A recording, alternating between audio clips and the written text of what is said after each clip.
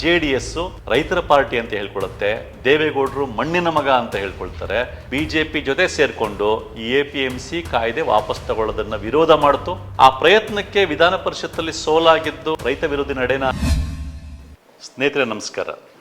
ಮೊನ್ನೆ ಜುಲೈ 18ನೇ ತಾರೀಕು ವಿಧಾನ ಪರಿಷತ್ತಲ್ಲಿ ಕಾಂಗ್ರೆಸ್ ಸರ್ಕಾರ APMC ಕಾಯ್ದೆನ ವಾಪಸ್ ತಗೊಳ್ಳುವಂತ ಒಂದು ಪ್ರಯತ್ನ ಪಡ್ತು. ಆದ್ರೆ JDSನವರು BJPಯವ್ರ ಜೊತೆ ಸೇರಿ ಈ APMC ಕಾಯ್ದೆ ವಾಪಸ್ ತಗೊಳ್ಳೋ ಪ್ರಯತ್ನ ಏನ್ ಪಡ್ತು ಕಾಂಗ್ರೆಸ್ ಸರ್ಕಾರ, ಆ ಪ್ರಯತ್ನವನ್ನ ಸೋಲಿಸಿ APMC ಕಾಯ್ದೆ ವಾಪಸ್ ತಗೊಳಕ್ಕಾಗದೇ ಇರೋಂಗೆ JDSನವರು BJPಯವ್ರ ಜೊತೆ ಸೇರ್ಕೊಂಡು ಮಾಡಿದ್ರು. ಇದು ನಿಮಗೆಲ್ಲ ಗೊತ್ತಿದೆ. ಈ ರೀತಿ APMC ಕಾಯ್ದೆ ವಾಪಸ್ ತಗೊಳ್ಳೋಕ್ಕೆ ಪ್ರಯತ್ನ ಪಟ್ಟಿದ್ದನ್ನ ವಿಫಲಗೊಳಿಸಿದಂತ JDSದು ನಡೆ ಏನಿದೆ ಇದು ರೈತ ವಿರೋಧಿ ನಡೆ. ಇದರಿಂದ ರೈತರ ಹಿತಕ್ಕೆ ಧಕ್ಕೆ ಆಗುತ್ತೆ. JDS ರೈತ ವಿರೋಧಿಯಾಗಿ ನಡ್ಕೊಂಡಿದೆ ಅನ್ನೋ ಮಾತುಗಳು ಕೇಳಿ ಬರ್ತಾ ಇವೆ.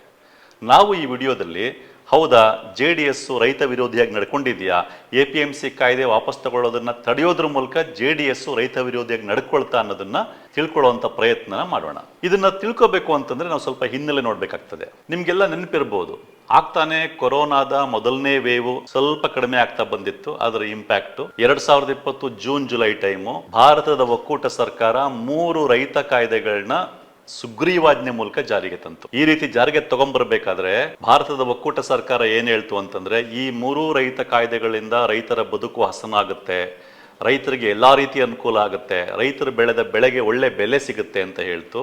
ಆದ್ರೆ ಈ ರೀತಿ ಜಾರಿಗೆ ತರುವಾಗ ಯಾವ ರೀತಿ ರೈತರಿಗೆ ಒಳ್ಳೇದಾಗುತ್ತೆ, ಯಾವ ರೀತಿ ರೈತರಿಗೆ ಒಳ್ಳೆ ಬೆಲೆ ಸಿಗುತ್ತೆ ಅನ್ನೋದನ್ನ ರೈತ ನಾಯಕರ ಜೊತೆ ಆಗಲಿ, ರೈತ ಸಂಘಟನೆಗಳ ಜೊತೆ ಆಗಲಿ, ಕೃಷಿ ಕ್ಷೇತ್ರದ ತಜ್ಞರ ಜೊತೆ ಆಗಲಿ ಎಲ್ಲೂ ಚರ್ಚೆ ಮಾಡಲಿಲ್ಲ. ಸುಗ್ರೀವಾಜ್ಞೆ ಮೂಲಕ ಜಾರಿಗೆ ತಗೊಂಬಂತು. ಅದು ಕೊರೋನಾ ಇನ್ನೂ ಇದ್ದಂಥ ಟೈಮ್ನಲ್ಲಿ, ಕೊರೋನಾದಿಂದ ಜನ ಇನ್ನೂ ಚೇತರಿಸ್ಕೊಳ್ತಾ ಇದ್ದಂಥ ಟೈಮಲ್ಲಿ, ಇಡೀ ಭಾರತದ ಎಲ್ಲ ಕ್ಷೇತ್ರಗಳು ಕೊರೋನಾದಿಂದ ಇನ್ನೂ ಆಗ್ತಾನೆ ಚೇತರಿಸ್ಕೊಳ್ತಾ ಇದ್ದಂಥ ಟೈಮಲ್ಲಿ ಸುಗ್ರೀವಾಜ್ಞೆ ಮೂಲಕ ಜಾರಿಗೆ ತಂತು. ಆದರೆ ಭಾರತದ ಎಲ್ಲ ರೈತ ನಾಯಕರು, ಎಲ್ಲ ರೈತ ಸಂಘಟನೆಗಳು, ಎಲ್ಲ ರೈತರು ಕೂಡ ಭಾರತ ಸರ್ಕಾರದ ಮಾತನ್ನ ಒಪ್ಪಕ್ಕೆ ರೆಡಿ ಇರಲಿಲ್ಲ. ಏಕೆಂದ್ರೆ ಅವರ ಅನುಭವಗಳೇ ಬೇರೆ ಆಗಿದ್ವು. ರೈತರು ಏನು ಹೇಳಿದ್ರು ಅಂತಂದ್ರೆ, ನೀವು ಸುಗ್ರೀವಾಜ್ಞೆ ಮೂಲಕ ಜಾರಿಗೆ ತಂದಿರತಕ್ಕಂಥ ಈ 3 ರೈತ ಕಾಯ್ದೆಗಳು ಭಾರತದ ಒಟ್ಟು ಕೃಷಿ ಕ್ಷೇತ್ರವನ್ನೇ ತೆಗೆದುಕೊಂಡೋಗಿ ಕಾರ್ಪೊರೇಟ್ ಕಂಪ್ನಿಗಳ ಮಡಿಲಲ್ಲಿ ಹಾಕ್ತವೆ, ನಮ್ಮೆಲ್ಲ ರೈತರ ಕಂಟ್ರೋಲ್ನು ಕಾರ್ಪೊರೇಟ್ ಕಂಪ್ನಿಗಳ ಕೈ ಕೊಡ್ತವೆ. ಇದರಿಂದ ಆರಂಭದಲ್ಲಿ ನಮಗೆ ಒಳ್ಳೆ ಬೆಲೆ ಸಿಗ್ಬೋದಾದ್ರೂ ಕೂಡ ಲಾಂಗ್ ಟರ್ಮ್ನಲ್ಲಿ ನಮ್ಮ ಇಡೀ ಕಂಟ್ರೋಲ್ ಕಾರ್ಪೊರೇಟ್ ಕಂಪ್ನಿಗಳ ಕೈಗೆ ಹೋಗ್ತದೆ. ಹಾಗೆ ಹೋದಾಗ ನಮ್ಗೆ ಯಾವ ಕಾರಣಕ್ಕೂ ಒಳ್ಳೇದಾಗಲ್ಲ. ಏಕೆಂದರೆ ಕಾರ್ಪೊರೇಟ್ ಕಂಪ್ನಿಗಳು ಅವರ ಲಾಭವನ್ನು ಮಾತ್ರ ನೋಡ್ತವೆ ಹೊರತು ನಮ್ಮ ಲಾಭವನ್ನಲ್ಲ. ಹಾಗಾಗಿ ಈ 3 ಕಾಯ್ದೆಗಳನ್ನ ವಾಪಸ್ ತಗೊಳ್ಬೇಕು ಅಂತ ಎಲ್ಲ ರೈತ ಸಂಘಟನೆಗಳು ಆಗ್ರಹಿಸಿದ್ವು. ಕಡೆಗೆ BJP ಎಲ್ಲ ರೈತ ಸಂಘಟನೆಗಳು ಆಗ್ರಹಿಸಿದ್ವು. ಆದರೆ ಸರ್ಕಾರ ಕೇಳಲಿಲ್ಲ. ಯಾವಾಗ ಭಾರತದ ಒಕ್ಕೂಟ ಸರ್ಕಾರ ಕೇಳಲಿಲ್ವೋ ರೈತರು ಪ್ರತಿಭಟನೆ ಮಾಡುವಂಥ ನಿರ್ಧಾರ ತಗೊಂಡ್ರು. ಅದು ನಿಮಗೆ ನೆನಪಿರ್ತದೆ, ಅವರು ಪ್ರತಿಭಟನೆ ಮಾಡೋಕ್ಕೆ ಶುರು ಮಾಡಿದ್ದು ದೆಹಲಿಯ ಬಾರ್ಡರ್ನಲ್ಲಿ. ದೆಹಲಿಗೆ ಹೋಗಿ ಪ್ರತಿಭಟನೆ ಮಾಡಬೇಕು ಅಂತ ತೀರ್ಮಾನ ಮಾಡಿದ್ರು. ಸಾವಿರಾರು ರೈತರು ಪಂಜಾಬ್ನಿಂದ, ಹರಿಯಾಣದಿಂದ, ಉತ್ತರ ಪ್ರದೇಶದಿಂದ, ಬೇರೆ ಹಲವಾರು ರಾಜ್ಯಗಳಿಂದ ಸಾವಿರಾರು ಜನ ರೈತರು ದೆಹಲಿಯನ್ನು ತಲುಪಿ ಅಲ್ಲಿ ಪ್ರತಿಭಟನೆ ಶುರು ಮಾಡಿದ್ರು. ಅವರು ದೆಹಲಿಯನ್ನು ತಲುಪದೇ ಇರಲಿ ಅಂತೇಳಿ ಅವ್ರ ಮೇಲೆ ಜಲಫಿರಂಗಿ ಪ್ರಯೋಗಿಸಿದ್ದು ನಿಮಗೆ ಗೊತ್ತಿದೆ. ಪೊಲೀಸ್ನವರೇ ನಿಂತ್ಕೊಂಡು ರಸ್ತೆಗಳನ್ನು ಅಗದಾಕಿದ್ದು, ನ್ಯಾಷನಲ್ ಹೈವೇಗಳನ್ನ ಅಗದಾಕಿದ್ದು ಗೊತ್ತಿದೆ. ಅವ್ರ ರೈತರು ಬರ್ತಾ ಇದ್ದಂಥ ವಾಹನಗಳು ಬರಕ್ಕಾಗದೇ ಇರಲಿ ಅಂತೇಳಿ. ಕಡೆಗೆ ರೈತರು ಬಂದು ಅದೆಲ್ಲವನ್ನು ದಾಟಿ ರೈತರು ದೆಹಲಿಗೆ ತಲುಪಿ ಪ್ರತಿಭಟನೆ ಶುರು ಮಾಡಿದ್ಮೇಲೆ ಇನ್ನು ಮುಂದಕ್ಕೆ ಬರದೇ ಇರಲಿ ಅಂತೇಳಿ ರಸ್ತೆಗೆ ಅಡ್ಡಲಾಗಿ ಕಾಂಕ್ರೀಟ್ ಗೋಡೆಗಳನ್ನ ಕಟ್ಟಿದ್ದು ನಿಮಗೆ ಗೊತ್ತಿದೆ.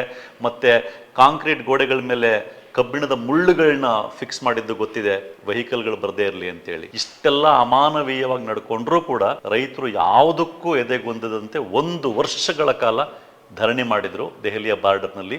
ಈ 1 ವರ್ಷದ ಅವಧಿಯಲ್ಲಿ ಅಲ್ಲಿ ಧರಣಿ ಮಾಡ್ತಾ ಇದ್ದಂಥ, ಪ್ರತಿಭಟನೆ ಮಾಡ್ತಾ ಇದ್ದಂಥ ರೈತರಲ್ಲಿ ಕನಿಷ್ಠ 700 ಜನ ರೈತರು ತಮ್ಮ ಪ್ರಾಣ ಕಳ್ಕೊಂಡ್ರು. ಆದರೂ ಕೂಡ ಅವರು ಪ್ರತಿಭಟನೆ ನಿಲ್ಲಿಸದೇನೆ ಪ್ರತಿಭಟನೆ ಮಾಡಿದ್ರು. ಬಹುಶಃ ಸ್ವತಂತ್ರ ಭಾರತದ ಇತಿಹಾಸದಲ್ಲಿ ಅತ್ಯಂತ ದೀರ್ಘವಾದ ಹೋರಾಟಗಳಲ್ಲಿ ಇದು ಒಂದು ಅಂತ ಹೇಳ್ಬೋದು. ಅತಿ ದೀರ್ಘವಾಗಿ ಹೋರಾಟ ಮಾಡಿ ಯಶಸ್ಸು ಕಂಡಂಥ ಹೋರಾಟಗಳಲ್ಲಿ ಇದು ಒಂದು ಅಪರೂಪದ ಹೋರಾಟ ಅಂತ ಹೇಳ್ಬೋದು. ಕಡೆಗೆ 1 ವರ್ಷ ಆದಮೇಲೆ ಭಾರತದ ಒಕ್ಕೂಟ ಸರ್ಕಾರ, ಪ್ರಧಾನಮಂತ್ರಿ ಮೋದಿಯವರು ಬೇರೆ ದಾರಿನೇ ಇಲ್ಲದೆ ರೈತರ ಹೋರಾಟಕ್ಕೆ ಮಣಿದು 3 ರೈತ ಕಾಯ್ದೆಗಳನ್ನ ವಾಪಸ್ ತಗೊಂಡ್ರು. ಇದೆಲ್ಲ ನಿಮಗೆ ಗೊತ್ತಿದೆ. ಆದರೆ ಇದ್ರ ಮಧ್ಯೆ ಏನಾಗಿತ್ತು ಅಂತಂದ್ರೆ, ಯಾವಾಗ ಭಾರತದ ಒಕ್ಕೂಟ ಸರ್ಕಾರ 3 ರೈತ ಕಾಯ್ದೆಗಳನ್ನ ಜಾರಿಗೆ ತಂದಿತ್ತೋ ಅದೇ ಕಾಯ್ದೆಗಳನ್ನ ಅಥವಾ ಅದರಲ್ಲಿ ಒಂದು ಅಥವಾ ಎರಡು ಕಾಯ್ದೆಗಳನ್ನ ಹಲವಾರು ರಾಜ್ಯಗಳು, ಅದರಲ್ಲೂ ಬಿಜೆಪಿ ಅಧಿಕಾರದಲ್ಲಿದ್ದಂಥ ರಾಜ್ಯಗಳು ತಮ್ಮ ರಾಜ್ಯಗಳಲ್ಲೂ ಜಾರಿಗೆ ತಂದಿದ್ವು. ಯಾವಾಗ ದೆಹಲಿಯ ಒಕ್ಕೂಟ ಸರ್ಕಾರ ಈ 3 ಕಾಯ್ದೆಗಳನ್ನ ರೈತರ ಹೋರಾಟಕ್ಕೆ ಸೋತು ವಾಪಸ್ ತಗೊಳ್ತೋ, ಆಗ ಹಲವಾರು ರಾಜ್ಯಗಳು ತಮ್ಮ ರಾಜ್ಯದಲ್ಲಿ ಜಾರಿಗೆ ತಂದಿದ್ದಂತ ಈ ರೈತ ಕಾಯ್ದೆಗಳನ್ನ ವಾಪಸ್ ತಗೊಂಡ್ವು. ಬಿಜೆಪಿ ಅಧಿಕಾರದಲ್ಲಿದ್ದಂತ ರಾಜ್ಯಗಳೂ ಕೂಡ ಈ ಕಾಯ್ದೆಗಳನ್ನ ವಾಪಸ್ ತಗೊಂಡ್ವು. ಆದ್ರೆ ವಾಪಸ್ ತಗೊಳ್ಳದೆ ಹಾಗೆ ಉಳಿಸ್ಕೊಂಡಿದ್ದ ರಾಜ್ಯಗಳು ಯಾವ್ದ್ಯಾವ್ದು ಅಂತಂದ್ರೆ, ಒಂದು ಕರ್ನಾಟಕ, ಇನ್ನೊಂದು ಉತ್ತರ ಪ್ರದೇಶ, ಮತ್ತೊಂದು ಗುಜರಾತ್. ಈ 3 ರಾಜ್ಯಗಳಲ್ಲಿ ಬಿಜೆಪಿ ಅಧಿಕಾರದಲ್ಲಿತ್ತು.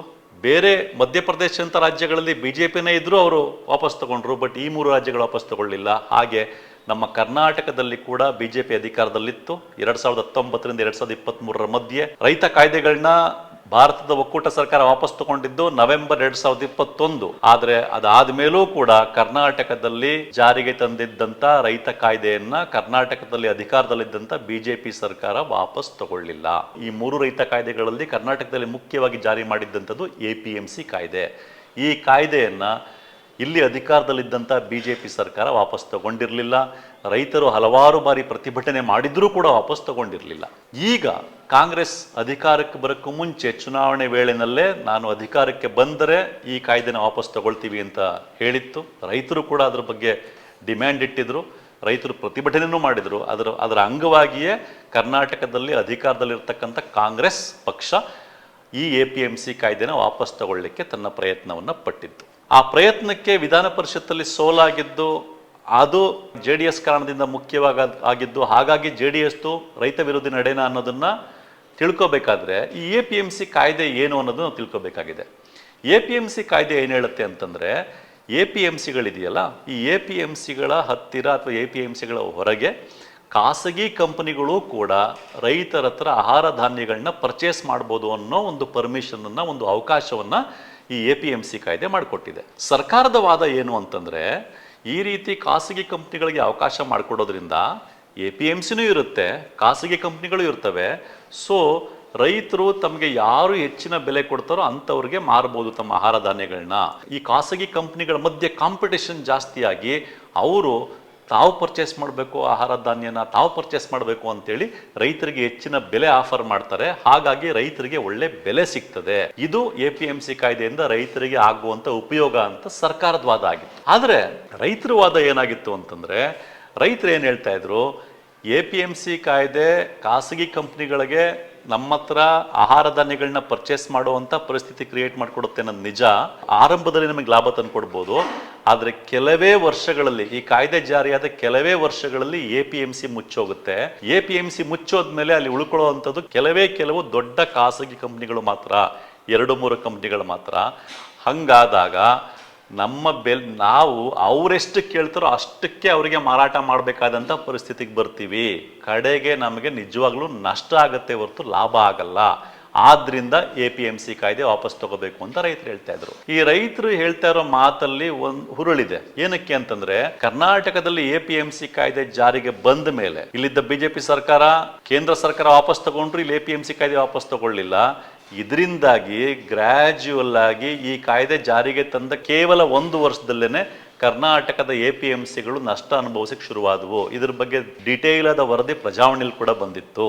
ಸೊ ಈ ರೀತಿ ನಷ್ಟ ಅನುಭವಿಸ್ತಾ ಒಂದು ಟೈಮಲ್ಲಿ 1-2-3 ವರ್ಷದಲ್ಲಿ APMCಗಳು ಮುಚ್ಚೋಗುವ ಸಾಧ್ಯತೆ ದಟ್ಟವಾಗಿರ್ತದೆ. ಆಮೇಲೆ ರೈತರ ಜುಟ್ಟು ಕೆಲವು ಖಾಸಗಿ ಕಂಪ್ನಿಗಳಿಗೆ ಹೋಗುತ್ತೆ. ಇದನ್ನೇ ರೈತರು ಹೇಳ್ತಾ ಇದ್ದಿದ್ದು, ಅದು ವಾಸ್ತವ ಕೂಡ. ಇದು ಒಂದು ಪಾಯಿಂಟ್ ರೈತರು ಹೇಳ್ತಾ ಇದ್ದಿದ್ದು. ಇನ್ನೂ ಒಂದು ಪಾಯಿಂಟ್, ಇದಕ್ಕೆ ಪೂರಕವಾಗಿ ರೈತರು ಸಾಕ್ಷಿಗಳನ್ನ ಕೊಡ್ತಾ ಇದ್ರು. ಏನಂತಂದ್ರೆ, ಅಮೆರಿಕಾದಲ್ಲಿ ಖಾಸಗಿ ಕಂಪ್ನಿಗಳ ಕೈಲಿ ಅಲ್ಲಿಯ ವ್ಯವಸಾಯ ಕ್ಷೇತ್ರವನ್ನು ಕೊಟ್ಟ ಮೇಲೆ ಅಲ್ಲಿಯ ರೈತರಿಗೆ ನಷ್ಟ ಆಗಿದೆ. ಅಲ್ಲಿಯ ರೈತರಿಗೆ ನಷ್ಟ ಆಗಿರೋದು ಯಾವ ಮಟ್ಟಕ್ಕಾಗಿದೆ ಅಂತಂದ್ರೆ, ಇವತ್ತು ಅಮೆರಿಕದಲ್ಲಿ ಆತ್ಮಹತ್ಯೆ ಮಾಡ್ಕೊಳ್ತಕ್ಕಂಥ 5 ಜನರಲ್ಲಿ 2 ರೈತರಾಗಿದ್ದಾರೆ. ಇಂಥ ಒಂದು ಸಂಕಷ್ಟದಲ್ಲಿ ರೈತರು ಸಿಕ್ಕಾಕೊಂಡಿದ್ದು ಅಲ್ಲಿ ಇಡೀ ಕೃಷಿ ಕ್ಷೇತ್ರವನ್ನ ಖಾಸಗಿಯವರ ಕೈಲಿ ಕೊಟ್ಟ ಮೇಲೆ, ಅಮೆರಿಕದಲ್ಲೇ ಹಾಗಾಗಿದೆ ಅಂದಮೇಲೆ ಇಂಡಿಯಾದ ನಮ್ಮಂತ ರೈತರ ಗತಿ ಏನು ಅನ್ನೋದು ರೈತರ ಪ್ರಶ್ನೆ ಆಗಿತ್ತು. ಇದಕ್ಕೆ ಪೂರಕವಾಗಿ ನಿಮಗೆ ನೆನಪಿರಬಹುದು, ಅಥವಾ ನೀವು ಬೇಕಾದ್ರೆ ಚೆಕ್ ಮಾಡ್ಬೋದು, ನಿಮಗೆ ಅದನ್ನ ವೆಬ್ಸೈಟಲ್ಲಿ ಸಿಗ್ತದೆ, ಯೂಟ್ಯೂಬಲ್ಲಿ ಸಿಗುತ್ತೆ. 2012ರಲ್ಲಿ ಅರುಣ್ ಜೇಟ್ಲಿ ಅವರು ರಾಜ್ಯಸಭೆ ವಿರೋಧ ಪಕ್ಷದ ನಾಯಕರಾಗಿ ಖಾಸಗಿ ಕಂಪನಿಗಳು ಇಂಡಿಯಾದ ಕೃಷಿ ಮಾರುಕಟ್ಟೆಗೆ ಪ್ರವೇಶ ಮಾಡೋದನ್ನ ವಿರೋಧಿಸಿದ್ರು. ಅರುಣ್ ಜೇಟ್ಲಿ ಅವರು ವಿರೋಧಿಸ್ತಾ ಅವರು ಅಮೆರಿಕ ಮತ್ತು ಯುರೋಪ್ನ ಎಕ್ಸಾಂಪಲ್ ತಗೊಂಡೇ ವಿರೋಧಿಸ್ತಾರೆ. ಏನು ಹೇಳ್ತಾರೆ ಅರುಣ್ ಜೇಟ್ಲಿ ಅವರು ಅಂತಂದರೆ, ಅಮೆರಿಕ ಮತ್ತು ಯುರೋಪ್ ಅಂತ ದೇಶಗಳಲ್ಲೇ ಖಾಸಗಿ ಕಂಪ್ನಿಗಳು ಎಂಟರ್ ಆದಮೇಲೆ ಕೃಷಿ ಕ್ಷೇತ್ರಕ್ಕೆ ಅಲ್ಲಿಯ ರೈತರು ಭಾರಿ ಸಂಕಷ್ಟಕ್ಕೆ ಸಿಗಾಕೊಂಡಿದ್ದಾರೆ. ಹಾಗಾಗಿ ಪ್ರತಿ ವರ್ಷ ಅಮೆರಿಕ ಮತ್ತು ಯುರೋಪ್ನಲ್ಲಿ ಅಲ್ಲಿಯ ಸರ್ಕಾರಗಳು ರೈತರಿಗೆ ನಷ್ಟ ತುಂಬಿಕೊಡೋಕ್ಕೋಸ್ಕರ $400 ಬಿಲಿಯನ್ ಅಷ್ಟು ಹಣ ಕೊಡ್ತಾ ಇವೆ ರೈತರಿಗೆ. ಅಮೆರಿಕ ಮತ್ತು ಯುರೋಪ್ಗಳು ಶ್ರೀಮಂತ ದೇಶಗಳು, ಅವ್ರಗಳ ಹತ್ರ ದುಡ್ಡಿರ್ತದೆ, ಕೊಡ್ತಾರೆ. ಆದರೆ ಇಂಡಿಯಾದಂಥ ದೇಶದಲ್ಲಿ, ನಮ್ಮಂಥ ದೇಶದಲ್ಲಿ ಅಷ್ಟೊಂದು ದುಡ್ಡನ್ನ ನಷ್ಟವನ್ನು ರೈತರಿಗೆ ತುಂಬಿಕೊಡೋಕ್ಕೆ ನಮ್ಮ ಹತ್ರ ಹಣ ಎಲ್ಲಿದೆ? ಹಾಗಾಗಿ ನೀವು ಖಾಸಗಿ ಕಂಪ್ನಿಗಳನ್ನ ಕೃಷಿ ಮಾರುಕಟ್ಟೆಗೆ ಎಂಟ್ರಾಗಿ ಬಿಡಬಾರ್ದು ಅಂತ ಅರುಣ್ ಜೇಟ್ಲಿ ಅವರು ಮಾತಾಡಿದರು. ಇದನ್ನೆಲ್ಲ ಉಲ್ಲೇಖ ಮಾಡಿ ರೈತರು ನೋಡಿ ಅಮೆರಿಕಾದಲ್ಲೂ ಈ ಥರ ಆಗಿದೆ, ಹಾಗಾಗಿ APMC ಕಾಯ್ದೆ ಬೇಡ ಅಂತ ರೈತರು ಹೇಳ್ತಾ ಇದ್ರು. ಅದೇ ರೈತರು ಇನ್ನೊಂದು ಉದಾಹರಣೆ ಕೊಡ್ತಾ ಇದ್ರು, ನಮ್ಮದೇ ಉದಾಹರಣೆ ಬಿಹಾರದಲ್ಲಿ 2006ರಲ್ಲಿ APMCಗಳನ್ನ ಕಂಪ್ಲೀಟ್ ಕ್ಲೋಸೇ ಮಾಡಿಸಿದ್ರು. ಇಲ್ಲೊಂದು ವ್ಯತ್ಯಾಸ ಅರ್ಥ ಮಾಡ್ಕೊಳ್ಳಿ ನೀವು. APMC ಕಾಯ್ದೆ ಇವತ್ತೇನು ಕಾಂಗ್ರೆಸ್ ಸರ್ಕಾರ ವಾಪಸ್ ತಗೊಳಕ್ಕೆ ಟ್ರೈ ಮಾಡ್ತೋ, ಈ ಕಾಯ್ದೆ ಜಾರಿಲಿದ್ದಾಗ ಏನಾಗ್ತದೆ, APMCಗಳು ನಿಧಾನಕ್ಕೆ ಮುಚ್ಕೊಂಡು ಹೋಗ್ತವೆ. ಈಗಾಗಲೇ ಕರ್ನಾಟಕದಲ್ಲಿ APMCಗಳು ನಷ್ಟ ಅನುಭವಿಸ್ತಾ ಇವೆ ಈ ಕಾಯ್ದೆ ಜಾರಿಗೆ ಬಂದಿರೋದ್ರಿಂದ. ಆದರೆ ಬಿಹಾರದಲ್ಲಿ ಏನು ಮಾಡಿದ್ರು, ಈ ಸರ್ಕಾರಗಳು ಹೇಳಿದ್ದ ಕಾರಣವನ್ನೇ ಹೇಳಿ ಖಾಸಗಿ ಕಂಪ್ನಿಯವರಿಗೆ ಅವಕಾಶ ಕೊಡೋದ್ರಿಂದ ರೈತರಿಗೆ ಒಳ್ಳೆ ಬೆಲೆ ಸಿಗುತ್ತೆ, ಹಾಗಾಗಿ ನಾವು APMC ಕ್ಲೋಸ್ ಮಾಡ್ತೀವಿ ಅಂತೇಳಿ APMCಗಳನ್ನೇ ಕ್ಲೋಸ್ ಮಾಡಿಬಿಟ್ರು 2006ರಲ್ಲಿ. APMCಗಳನ್ನ ಕ್ಲೋಸ್ ಮಾಡಿ ರೈತರ ಬೆಳೆಗಳನ್ನ ಪರ್ಚೇಸ್ ಮಾಡೋಕ್ಕೆ ಕಂಪ್ಲೀಟಾಗಿ ಖಾಸಗಿಯವ್ರಿಗೆ ಅವಕಾಶ ಕೊಟ್ಟರು. ಹಾಗಿದ್ದಾಗ ಅಲ್ಲಿಯ ರೈತರಿಗೆ ಒಳ್ಳೆ ಬೆಲೆ ಸಿಗಬೇಕಾಗಿತ್ತಲ್ವಾ? ಬಿಹಾರದ ರೈತರಿಗೆ ಒಳ್ಳೆ ಬೆಲೆ ಸಿಗಬೇಕಾಗಿತ್ತಲ್ವಾ? ಯಾಕೆಂದರೆ ಖಾಸಗಿ ಕಂಪ್ನಿಗಳೇ ಇರೋದು, ಅವ್ರಗಳ ಮಧ್ಯೆ ಕಾಂಪಿಟೇಷನಲ್ಲಿ ರೈತರ ಹತ್ರ ಹೆಚ್ಚು ಹಣ ಕೊಟ್ಟು ಪರ್ಚೇಸ್ ಮಾಡಬೇಕಾಗಿತ್ತಲ್ವಾ? ಹಾಗಿದ್ದಾಗ ಬಿಹಾರದ ರೈತರಿಗೆ ಅವರ ಆಹಾರ ಧಾನ್ಯಗಳಿಗೆ ಒಳ್ಳೆ ಬೆಲೆ ಸಿಗಬೇಕಾಗಿತ್ತಲ್ವಾ? ಆದರೆ ನೀವು 2006ರಿಂದ ಇಲ್ಲಿಯ ತನಕ ಪ್ರತಿ ವರ್ಷ ಬಿಹಾರದಲ್ಲಿ ರೈತರು ಮುಖ್ಯವಾಗಿ ಬೆಳೆಯುವಂಥ ಗೋಧಿ ಆಗಿರ್ಬೋದು, ಜೋಳ ಆಗಿರ್ಬೋದು, ಭತ್ತ ಆಗಿರ್ಬೋದು, ಒಂದು ಮಟ್ಟಕ್ಕೆ ರಾಗಿ ಕೂಡ ಬೆಳೀತಾರೆ. ಈ ಬೆಳೆಗಳೇನಿದೆ, ಈ ಬೆಳೆಗಳಿಗೆ ಪ್ರತಿ ವರ್ಷ ರೈತರಿಗೆ ಎಷ್ಟು ಬೆಲೆ ಸಿಕ್ಕಿದೆ ಅಂತ ಚೆಕ್ ಮಾಡಿ. ಇದಕ್ಕೆ ದಾಖಲೆಗಳು ಸಿಗ್ತವೆ, ಸರ್ಕಾರದ ಅಧಿಕೃತ ವೆಬ್ಸೈಟ್ಗಳಲ್ಲಿ ಸಿಗ್ತವೆ, ರೈತರಿಗೆ ಎಷ್ಟು ಬೆಲೆ ಸಿಕ್ಕಿದೆ ಅಂತ ನೀವು ಚೆಕ್ ಮಾಡಿದ್ರೆ 2006ರಿಂದ ಈಚೆಗೆ ರೈತರಿಗೆ, ಬಿಹಾರದ ರೈತರಿಗೆ ಹೆಚ್ಚಿನ ಬೆಲೆ ಸಿಗೋದಿರಲಿ, ಕನಿಷ್ಠ ಬೆಂಬಲ ಬೆಲೆ ಸರ್ಕಾರ ಫಿಕ್ಸ್ ಮಾಡಿರುತ್ತಲ್ಲ ಅಷ್ಟು ಬೆಲೆ ಕೂಡ ಅವರು ಬೆಳೆದ ಬೆಳೆಗಳಿಗೆ ಸಿಕ್ಕಿಲ್ಲ. ಖಾಸಗಿ ಕಂಪ್ನಿಗಳಿಗೆ ಸಂಪೂರ್ಣವಾಗಿ ತೆರೆದು ಕೊಟ್ಟಿದ್ರೂ ಕೂಡ ಅವ್ರಿಗೆ ಹೆಚ್ಚಿನ ಬೆಲೆ ಸಿಗೋದಿರಲಿ, ಕನಿಷ್ಠ ಬೆಂಬಲ ಬೆಲೆ ಕೂಡ ಸಿಕ್ಕಿಲ್ಲ. ಇದು ಬಿಹಾರದ ರೈತರನ್ನು ಅತ್ಯಂತ ಸಂಕಷ್ಟಕ್ಕೆ ದೂಡಿದೆ ಈಗಲೂ ಕೂಡ. ಯಾಕೆಂದರೆ ಬಿಹಾರದ ಹಳ್ಳಿಗಳಲ್ಲಿ ಇರ್ತಕ್ಕಂಥ 92% ರೈತರು ಅತ್ಯಂತ ಸಣ್ಣ ರೈತರು, 1 ಎಕರೆ 2 ಎಕರೆಗಿಂತ ಕಡಿಮೆ ಜಮೀನು ಹೊಂದಿರತಕ್ಕಂಥ ರೈತರು, ಅವರೆಲ್ಲರೂ ಸಂಕಷ್ಟಕ್ಕೆ ಸಿಗಾಕೊಂಡಿದ್ದಾರೆ. ಇದೂ ಕೂಡ ಬಿಹಾರದಲ್ಲಿ ಬಡತನ ಹೆಚ್ಚಾಗಲಿಕ್ಕೆ ಒಂದು ಮುಖ್ಯ ಕಾರಣ ಆಗಿದೆ. ಸೊ ಇವೆಲ್ಲವನ್ನು ಇಟ್ಕೊಂಡು ಅಮೆರಿಕಾದಲ್ಲೂ ಅದೇ ಆಗಿದೆ, ನಮ್ಮ ಭಾರತ ದೇಶದಲ್ಲೇ APMC ಕಾಯ್ದೆನ ಇನ್ನೂ ಸ್ಪಷ್ಟವಾಗಿ ಜಾರಿಗೆ ತಂದಂಥ, ಇನ್ನೂ ಕಠಿಣವಾಗಿ ಜಾರಿಗೆ ತಂದಂಥ ಬಿಹಾರದಲ್ಲಿ ರೈತರಿಗೆ ಲಾಭ ಆಗಿಲ್ಲ, ಅದಕ್ಕಿಂತ ಹೆಚ್ಚಾಗಿ ಅತಿ ಹೆಚ್ಚು ನಷ್ಟ ಆಗಿದೆ. ಈ ಎಲ್ಲ ಉದಾಹರಣೆಗಳನ್ನ ಇಟ್ಟು ನಮ್ಮ ರೈತರು ಕೇಳಿದ್ದು APMC ಕಾಯ್ದೆ ವಾಪಸ್ ತಗೊಳ್ಳಿ ಅಂತ. ಭಾರತದ ಒಕ್ಕೂಟ ಸರ್ಕಾರದ ಹತ್ರನೂ ಅದೇ ಕೇಳಿದ್ರು, ಅವ್ರು ವಾಪಸ್ ತಗೊಂಡ್ರು, 1 ವರ್ಷದ ಹೋರಾಟಕ್ಕೆ ಮಾಡಿದ್ದು. ಆದರೆ ನಮ್ಮ ಕರ್ನಾಟಕ ರಾಜ್ಯದಲ್ಲಿ ಅಧಿಕಾರದಲ್ಲಿದ್ದಂಥ BJP ಈ APMC ಕಾಯ್ದೆನ ವಾಪಸ್ ತಗೊಳ್ಳಿಲ್ಲ. ರೈತರು ಹೋರಾಟ ಮಾಡಿದ್ರು ಕೂಡ ವಾಪಸ್ ತಗೊಳ್ಳಿಲ್ಲ.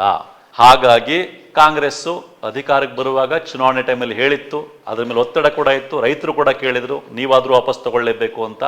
ಕಾಂಗ್ರೆಸ್ ಅಧಿಕಾರಕ್ಕೆ ಬಂದ ಮೇಲೆ ನಿಮಗೆ ನೆನಪಿರಬಹುದು, 1 ತಿಂಗಳ ಹಿಂದೆ ರೈತ ಸಂಘಟನೆಗಳು 1 ದಿನದ ಪ್ರತಿಭಟನೆಯನ್ನು ಮಾಡಿದ್ವು, ರೈತ ಕಾಯ್ದೆಗಳನ್ನ ಕರ್ನಾಟಕ ಸರ್ಕಾರ ವಾಪಸ್ ತಗೊಳ್ಬೇಕು ಅಂತೇಳಿ. ಅದಕ್ಕೆ ಒಪ್ಕೊಂಡು ವಿಧಾನಸಭೆಯಲ್ಲಿ ವಾಪಸ್ ತಗೊಳ್ಳಾಯ್ತು APMC ಕಾಯ್ದೆನ. ಆದರೆ ವಿಧಾನ ಪರಿಷತ್ತಲ್ಲಿ ವಾಪಸ್ ತಗೊಳ್ಳಿಕ್ಕೆ ಪ್ರಯತ್ನ ಪಟ್ಟಾಗ ವಿಧಾನ ಪರಿಷತ್ನಲ್ಲಿ JDS ಮತ್ತು BJP ಒಟ್ಟಾಗಿ ಸೇರಿಕೊಂಡ್ರೆ, ವಿಧಾನ ಪರಿಷತ್ತಲ್ಲಿ ಕಾಂಗ್ರೆಸ್ಗಿಂತ ಹೆಚ್ಚಿನ ಮೆಜಾರಿಟಿ JDS BJP ಒಟ್ಟಾಗಿ ಸೇರಿಕೊಂಡಾಗ ಇದೆ. ಇಲ್ಲೇನಾಯಿತು ವಿಧಾನ ಪರಿಷತ್ತಲ್ಲಿ ಅಂತಂದರೆ, JDS BJP ಜೊತೆ ಸೇರಿಕೊಂಡು ಈ APMC ಕಾಯ್ದೆ ವಾಪಸ್ ತಗೊಳ್ಳೋದನ್ನು ವಿರೋಧ ಮಾಡ್ತು. ಅದ್ರ ಬದಲು ಏನು ಮಾಡ್ತು ಅಂತಂದರೆ, ಈಗ ವಾಪಸ್ ತಗೋಬೇಡಿ, ಇದನ್ನು ಸದನ ಸಮಿತಿಗೆ ವಹಿಸಿ ಇದ್ರ ಬಗ್ಗೆ ಚರ್ಚೆ ಮಾಡಲಿಕ್ಕೆ ಅಂತ ಪಟ್ಟು ಹಿಡಿದು ಅವರಿಬ್ಬರೂ ಸೇರಿದಾಗ ಮೆಜಾರಿಟಿ ಬಂದಿದ್ದರಿಂದ ಸರ್ಕಾರ ಅನಿವಾರ್ಯವಾಗಿ ಇದನ್ನು ಸದನ ಸಮಿತಿಗೆ ಒಪ್ಪಿಸಬೇಕಾಯಿತು. ವಿಷಯ ಏನು ಅಂತಂದರೆ, 3 ಗಂಟೆಗಳ ಕಾಲ ಚರ್ಚೆ ನಡೆದಿತ್ತು. ರಾಷ್ಟ್ರ ಮಟ್ಟದಲ್ಲಿ ದೊಡ್ಡ ಹೋರಾಟ ನಡೆದು 700 ಜನ ರೈತರು ಪ್ರಾಣ ಕಳ್ಕೊಂಡು ಕಡೆಗೆ ವಾಪಸ್ ತಗೊಳ್ಬೇಕಾಗಿತ್ತು. ಮತ್ತು ಇದು ವಾಪಸ್ ತಗೊಳ್ಳೋದು ರೈತರಿಗೆ ಅನುಕೂಲ ಅಂತ ಎಲ್ಲರಿಗೂ ಗೊತ್ತಿತ್ತು. ರೈತರು ಅಲ್ಲೂ ಕೂಡ ಕೇಳಿದ್ದೇನು ಅಂದರೆ, ನಿಮ್ಮ ಯಾವ ಕಾಯ್ದೆಗಳು ನಮಗೆ ಬೇಡ, ನಮಗೆ ನೀವು ಪ್ರಧಾನಮಂತ್ರಿಯವರು ಪಬ್ಲಿಕ್ ಅಲ್ಲಿ ಮಾತು ಕೊಟ್ಟಿರೋ ತರ ಚುನಾವಣೆ ಟೈಮ್ನಲ್ಲಿ 2013ರಲ್ಲಿ ಪಬ್ಲಿಕ್ ಆಗಿ ಮಾತು ಕೊಟ್ಟಿದ್ದೀರಾ, ನೀವು ಅಧಿಕಾರಕ್ಕೆ ಬಂದ್ರೆ ಕನಿಷ್ಠ ಬೆಂಬಲ ಬೆಲೆ, ವೈಜ್ಞಾನಿಕವಾದ ಕನಿಷ್ಠ ಬೆಂಬಲ ಬೆಲೆ ಕೊಡ್ತೀವಿ ಅಂತ, ಅದನ್ನು ಕೊಡಿ ಸಾಕು ಅಂತ ರೈತರು ಕೇಳಿದ್ರು. ಇಲ್ಲೂ ಅಷ್ಟೇ ರೈತರು APMC ಕಾಯ್ದೆ ವಾಪಸ್ ತಗೊಳ್ಳಿ, ನಮ್ಗೆ ಇದರಿಂದ ಅನುಕೂಲ ಆಗಲ್ಲ ಅಂತ ಕೇಳಿದ್ರು. ಆದರೆ JDS BJP ಜೊತೆ ಸೇರಿಕೊಂಡು ಸದನ ಸಮಿತಿಗೆ ಅದನ್ನ ಒಪ್ಪಿಸುವಂತ ಅವಶ್ಯಕತೆ ಏನಿತ್ತು ಅನ್ನೋದು ಎಲ್ಲ ರೈತರ ಪ್ರಶ್ನೆ. ಯಾಕೆ ಅಂತಂದ್ರೆ ಅತ್ಯಂತ ಕ್ಲಿಯರು, ಈ APMC ಕಾಯ್ದೆಯಿಂದ ರೈತರಿಗೆ ಒಳ್ಳೇದಾಗಲ್ಲ ಅಂತ. ಸ್ವತಃ JDS ರೈತರು ಕಾಯ್ದೆಗಳನ್ನ ವಿರೋಧಿಸಿ ಹೋರಾಟ ಮಾಡ್ತಾ ಇದ್ದಾಗ ಸ್ವತಃ JDS ಅವ್ರ ಪರವಾಗಿ ನಿಂತಿತ್ತು. ಆದರೆ ಇಲ್ಲಿ ರಾಜಕೀಯ ಕಾರಣಗಳಿಗೋಸ್ಕರ JDS BJP ಜೊತೆ ಸೇರಿ APMC ಕಾಯ್ದೆ ವಾಪಸ್ ತಗೊಳ್ಳೋದನ್ನ ತಡೀತು ಅಂದ್ರೆ ಏನರ್ಥ ನಾವು ಯೋಚನೆ ಮಾಡಬೇಕಾಗಿದೆ. ಮತ್ತೆ JDS ರೈತರ ಪಾರ್ಟಿ ಅಂತ ಹೇಳ್ಕೊಳ್ಳುತ್ತೆ, ದೇವೇಗೌಡರು ಮಣ್ಣಿನ ಮಗ ಅಂತ ಹೇಳ್ಕೊಳ್ತಾರೆ. ರೈತರ ಪರವಾಗಿ ನಿಂತ್ಕೋಬೇಕಾಗಿತ್ತು. ಒಂದು ವಿರೋಧ ಪಕ್ಷವಾಗಿ ಸರ್ಕಾರನ ವಿರೋಧ ಮಾಡಬೇಕು ಅಂತಂದ್ರೆ ನೂರಾರು ವಿಷಯಗಳಿದೆ. ರೈತರಿಗೆ ಸಂಬಂಧಪಟ್ಟಿದ್ದ ವಿಷಯ ಇದರಲ್ಲಿ JDS ಸರ್ಕಾರದ ಪರವಾಗಿ ನಿಂತು APMC ಕಾಯ್ದೆ ವಾಪಸ್ ತಗೊಳ್ಳಿಕ್ಕೆ ಬೆಂಬಲ ಕೊಡಬೇಕಾಗಿತ್ತು. ಅದರಿಂದ ತಾನು ರೈತ ಸ್ನೇಹಿ, ನಾನು ಯಾವತ್ತಿದ್ರೂ ರೈತರ ಪರ ಅಂತ ತೋರಿಸ್ಕೋಬೇಕಾಗಿತ್ತು. ಆದರೆ JDS ಇಲ್ಲಿ ಸ್ಪಷ್ಟವಾಗಿ ರಾಜಕೀಯ ಕಾರಣ ಒಂದಕ್ಕೋಸ್ಕರನೇ ಈಗ BJP APMC ಕಾಯ್ದೆ ವಾಪಸ್ ತಗೊಳ್ಳೋದನ್ನ ವಿರೋಧ ಮಾಡೋದ್ರಲ್ಲಿ ಆಶ್ಚರ್ಯ ಏನಿಲ್ಲ. ಯಾಕೆಂದ್ರೆ ಅವರು ಮೊದಲಿಂದ ಅದ್ರ ಪರವಾಗಿ ಇದ್ರು. APMC ಕಾಯ್ದೆ ಅವರೇ ಜಾರಿಗೆ ತಂದಿದ್ದು. ಹಾಗಾಗಿ ಅವ್ರು ಯಾವುದಕ್ಕೂ ತಲೆ ಕೆಡಿಸ್ಕೊಳ್ದೇನೆ ಅವರು APMC ಕಾಯ್ದೆ ವಾಪಸ್ ತಗೋಬಾರ್ದು ಅಂತ ಅವ್ರ ಸ್ಟ್ಯಾಂಡ್ ಇತ್ತು. ಆದರೆ JDS ರೈತ ಕಾಯ್ದೆಗಳು ರೈತರಿಗೆ ತೊಂದರೆ ಆಗುತ್ತೆ ಅಂತ ಹೇಳಿದಂಥ JDS, ತಾನು ರೈತರ ಪಕ್ಷ ಅಂತ ಹೇಳ್ಕೊಳ್ಳುವಂಥ JDS ರಾಜಕೀಯ ಕಾರಣಗಳಿಗೋಸ್ಕರ APMC ಕಾಯ್ದೆ ವಾಪಸ್ ತಗೊಳ್ಳೋದನ್ನ ತಡಿಬಾರ್ದಾಗಿತ್ತು ಅನ್ನೋದು ಎಲ್ಲ ರೈತರ ಅನಿಸಿಕೆ. ಹಾಗಾಗಿ ಒಟ್ಟಾರೆಯಾಗಿ ಇದನ್ನೆಲ್ಲ ಇಟ್ಕೊಂಡು ನೋಡಿದಾಗ ರೈತರಿಗೆ ಸಹಜವಾಗಿ ಅನಿಸಿದೆ, APMC ಕಾಯ್ದೆ ವಾಪಸ್ ತಗೊಳ್ಳೋದನ್ನ ಏನ್ JDS ತಡೀತೋ ಅದು JDSನ ರೈತ ವಿರೋಧಿ ನಡೆ. ನೋಡಿ, ದೇವೇಗೌಡರು ಮೊದಲಿಂದಲೂ ಕೂಡ ಅವರ ಇಡೀ ರಾಜಕೀಯ ಜೀವನದಲ್ಲಿ ರೈತರ ಪರವಾಗಿದ್ದಂಥವರು. ಕುಮಾರಸ್ವಾಮಿಯವರು ಕೂಡ ರೈತ ಸಾಲ ಮನ್ನಾದಂಥ ಅತ್ಯಂತ ರೈತ ಸ್ನೇಹಿ ಕೆಲಸ ಮಾಡಿದಂಥವರು. ಮತ್ತು ಇವರಿಗೆ ಸ್ಪಷ್ಟವಾಗಿ ಈ ರೈತ ಕಾಯ್ದೆಗಳು ರೈತ ವಿರೋಧಿ ಅಂತ ಗೊತ್ತು. ಇಷ್ಟೆಲ್ಲ ಇದ್ದರೂ ಕೂಡ ಈ APMC ಕಾಯ್ದೆನ ವಾಪಸ್ ತಗೊಳ್ಳೋವಂಥ ಪ್ರಕ್ರಿಯೆನ ತಡೆದಿದ್ದಾರೆ JDS BJP ಜೊತೆ ಸೇರಿಕೊಂಡು ಅಂತಂದರೆ, JDS ಮತ್ತು BJP ಮಧ್ಯ ಏನಾದರೂ ಒಳ ಒಪ್ಪಂದ ಆಗಿದೆಯಾ? ಅಂದರೆ ಈ ಒಳ ಒಪ್ಪಂದದ ಕಾರಣಕ್ಕೆ ರೈತರಿಗೆ ತೊಂದರೆ ಆದರೂ ಪರವಾಗಿಲ್ಲ, BJP ಜೊತೆ ನಿಂತ್ಕೋಬೇಕು ಅನ್ನುವಂಥ ಒಳ ಒಪ್ಪಂದ ಆಗಿದೆಯಾ ಅನ್ನೋ ಅನುಮಾನ ಯಾರಿಗೆ ಆದರೂ ಸಹಜವಾಗಿ ಬಂದೇ ಬರುತ್ತೆ. ನಮ್ಮ ರೈತರ ಹಿತಾಸಕ್ತಿಗಳಿಗೆ ಧಕ್ಕೆ ಆಗುವಂಥ ನಡೆ JDS ಈ ರೀತಿ ಮಾಡಬಾರ್ದಾಗಿತ್ತು ಅನ್ನೋದು ರೈತರ ಅಭಿಪ್ರಾಯ. ಈ ರೈತರ ಅಭಿಪ್ರಾಯ ಏನಿದೆ ಇದನ್ನ ಒಟ್ಟಾರೆ ಈಗೇನು ಚರ್ಚೆ ಮಾಡಿದ್ವಿ ನಾವು, ಒಟ್ಟಾರೆ ಎಲ್ಲ ಹಿನ್ನೆಲೆ ಒಳಗಡೆ ಇಟ್ಕೊಂಡು ಯೋಚನೆ ಮಾಡಿದಾಗ JDS ನಡೆ ಅವತ್ತು ವಿಧಾನ ಪರಿಷತ್ ಒಳಗಡೆ ಏನಿತ್ತು, ಅಥವಾ ರೈತ ವಿರೋಧಿಯಾಗಿತ್ತೋ ಇಲ್ವೋ ಅನ್ನೋದನ್ನ ನೀವೇ ನಿರ್ಧರಿಸಬೇಕು. ನಮಸ್ಕಾರ. ಮತ್ತಷ್ಟು ವಿಶೇಷ ವಿಡಿಯೋಗಳನ್ನು ನೋಡಲು ಮತ್ತು ಹೊಸ ವಿಡಿಯೋಗಳ ಬಗ್ಗೆ ತಿಳಿಯಲು ಈ ದಿನ .com ಯೂಟ್ಯೂಬ್ ಚಾನೆಲ್ ಸಬ್ಸ್ಕ್ರೈಬ್ ಮಾಡಿ ಮತ್ತು ಬೆಲ್ ಐಕಾನ್ ಕ್ಲಿಕ್ ಮಾಡಿ.